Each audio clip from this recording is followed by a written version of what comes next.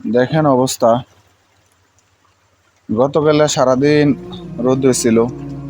রাত 12টা 1টার পরে যে বৃষ্টি আরম্ভ হয়েছে, এখনো বৃষ্টি চলতে আছে, পড়তে আছে টুপুর টুপুর।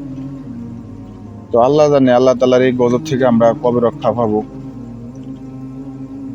দেশের বর্তমানে যে অবস্থা, খুবই খারাপ অবস্থা।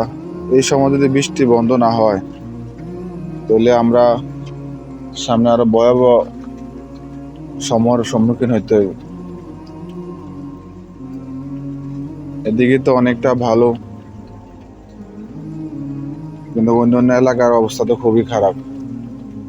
এই সময় যদি আসলে বৃষ্টিটা অফ হয়ে যেত, তখন কিন্তু পানি অনেকটা কমতে শুরু করত। কিন্তু একটু কমলে, সারাদিন যদি রোদ থাকে, আবার সারা রাত বৃষ্টি হয়। আর রাতের দৃশ্যটা, রাতের বৃষ্টিটা এত ভয়ঙ্কর ভাবে আসে, যা বলে বোঝাতে পারবো না। এতটা এত এত পরিমাণ বৃষ্টি হয়, আর যে ঠাড়া মারে। তো একটা বিষয় আমার মনে পড়লো, সেটা হলো আপনাদেরকে আমি স্মরণ করে দিই। আল্লাহ তাআলা এইসব গজব আসার কারণ কি? আমরা হয়তো মনে করি যে বৃষ্টি হতেছে বা বৃষ্টি আইতেছে, হ্যাঁ আল্লাহ তাআলা বৃষ্টি দিতে আছে, কিন্তু আল্লাহ তাআলা গজব কিভাবে নাজিল হয় আমরা হয়তো আসলে আমাদের ধারণা নাই। একটা উদাহরণ দিই আপনাদের। এই যে এখানে একটা মসজিদ আছে, এই যে এদিকে একটা মসজিদ আছে। তো এই মহল্লার মধ্যে প্রায় কি কমো 200 পরিবার হইব। এই মহল্লার মধ্যে 200 পরিবার, কিন্তু দুটা মসজিদ। কিন্তু 100 পরিবারের কমপক্ষে তো 10 জন মানুষ বা 20 জন মানুষ মসজিদে আসার কথা।